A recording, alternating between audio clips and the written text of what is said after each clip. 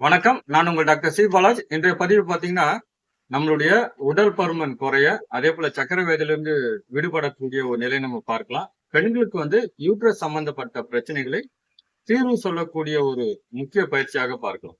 இது ஒரே ஒரு பயிற்சி தான். இத நம்ம ரெகுலரா செய்து கொண்டு வரும்பொழுது, நம்முடைய கல்லீரல், மண்ணீரல், பித்தப்பையும் ஸ்ட்ரென்தன் பண்ணக்கூடிய ஒரு நிலையை நம்ம பார்க்கலாம். வாயு தொல்லையிலிருந்து விடுபடக்கூடிய ஒரு நிலை, ஜீரண சக்தியை அதிகப்படுத்தும்.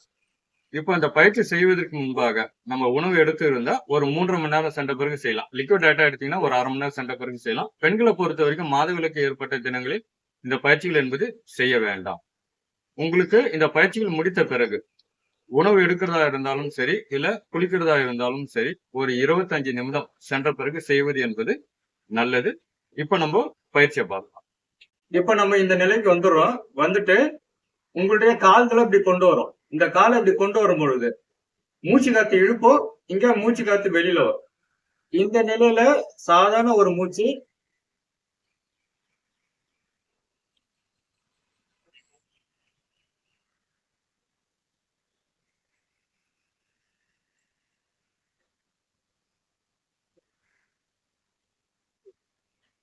ஒரு 25 எண்ணிக்கை நம்ம செய்யலாம்.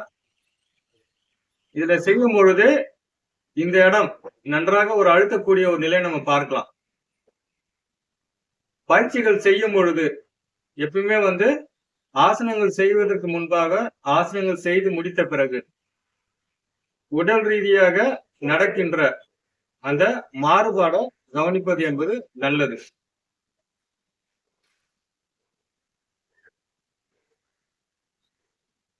25 எண்ணிக்கை செய்யலாம். 25 எண்ணிக்கை என்பது பாத்தீங்கன்னா 1, 2, 3, 4 இது போல எண்ணிக்கையில ஒரு 25 எண்ணிக்கை நம்ம செய்யலாம். உங்களுடைய கல்லீரல், மண்ணீரல், பித்தப்பை ஸ்ட்ரென்தன் ஆகும். கேஸ்ட்ரிக் ட்ரபிளுக்கு ரொம்ப நல்லது. மோஷன் ப்ராப்ளத்துக்கு ரொம்ப நல்லது. யூட்ரஸை ஸ்ட்ரென்தன் பண்ணும். சக்கரை வியாதிக்கு ரொம்ப நல்லது. உடல் பருமன் நன்றாக குறையக்கூடிய ஒரு நிலையை நம்ம பார்க்கலாம்.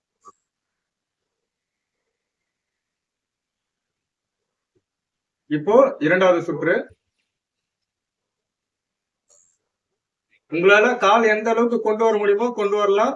எந்த அளவுக்கு உங்களால மடக்க முடிகிறதோ மடக்கலாம்.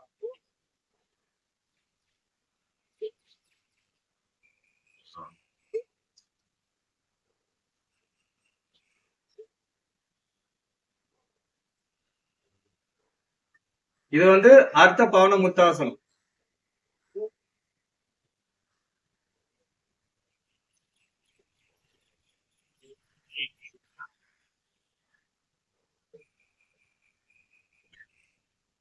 இப்போ இதுலயே பவன முத்தாசனம் பார்க்கலாம். இப்போ 2 கால்களும் ஒன்றாக உயர்த்தப்படுகிறது.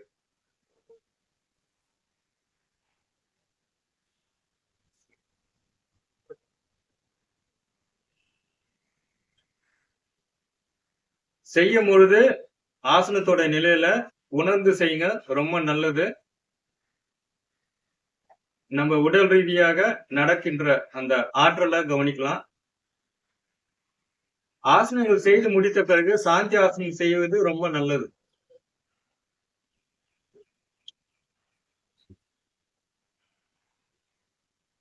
இப்போ 2வது சுற்று.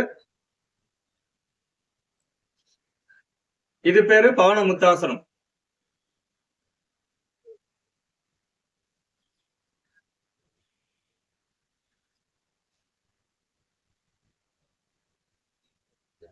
வயிறு பகுதி நன்றாக அழுத்தக்கூடிய ஒரு நிலை நம்ம பார்க்கலாம். இதுல சக்கரை வியாதிக்கு, யூட்ரஸ்க்குலாம் ரொம்ப நல்லது.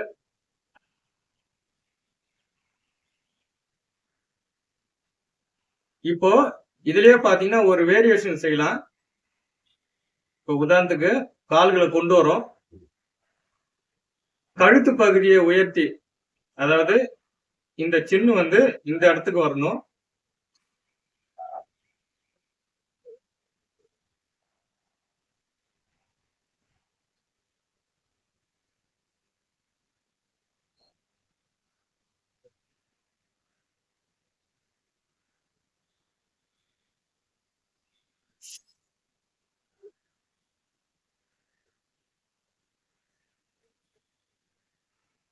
இப்போ 2வது சுற்று.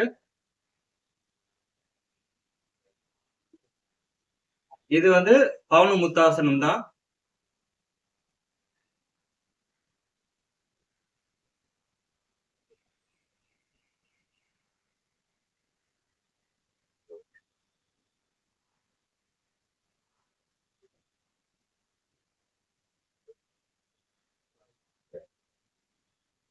செய்து முடித்த பிறகு ஓய்வு எடுங்க.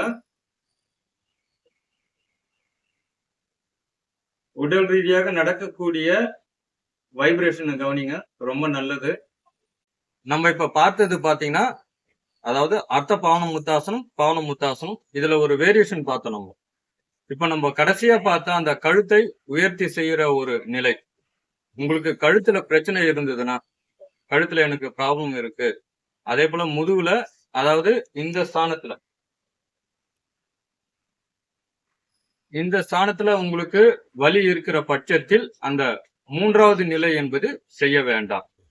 அந்த முதல் போஸ்டரும் அந்த 2வது நிலையும் அர்த்த பவன முத்தாசனமும் பவன முத்தாசனமும் செய்யலாம். கழுத்துல பிரச்சனை இருக்கக்கூடிய நபர்கள் அந்த 3வது நிலை என்பது செய்ய வேண்டாம். இதை நம்ம ரெகுலரா செய்து கொண்டு வரும் பொழுது உங்களுடைய உடல் பருமனும் நன்றாக குறையக்கூடிய ஒரு நிலையை நம்ம பார்க்கலாம். சக்கரவேதிக்கு ரொம்ப நல்லது. பெண்களுக்கு ஒரு மிக சிறந்த ஒரு பயிற்சியாக பார்க்கலாம். உங்களுடைய கல்லீரல், மண்ணீரல், பித்தப்பையை ஸ்ட்ரென்தன் பண்ணக்கூடிய ஒரு நிலை. கேஸ்ட்ரிக் ட்ரபிளுக்கு ரொம்ப நல்லது. மோஷன் ப்ராப்ளத்துக்கு ரொம்ப நல்லது. உங்களுடைய ஜீரண சக்தியை அதிகப்படுத்தக்கூடிய ஒரு மிக சிறந்த ஒரு ஆற்றல் என்பது உண்டு. இதுல ஒரு 25 எண்ணிக்கை 2 சுட்டுகள் செய்யலாம். காலையில ஒரு தடவை செய்யுங்க. நேரம் இருக்கிற பட்சத்துல சாயந்தரம் ஒரு தடவை செய்யலாம். நன்றி, வணக்கம்.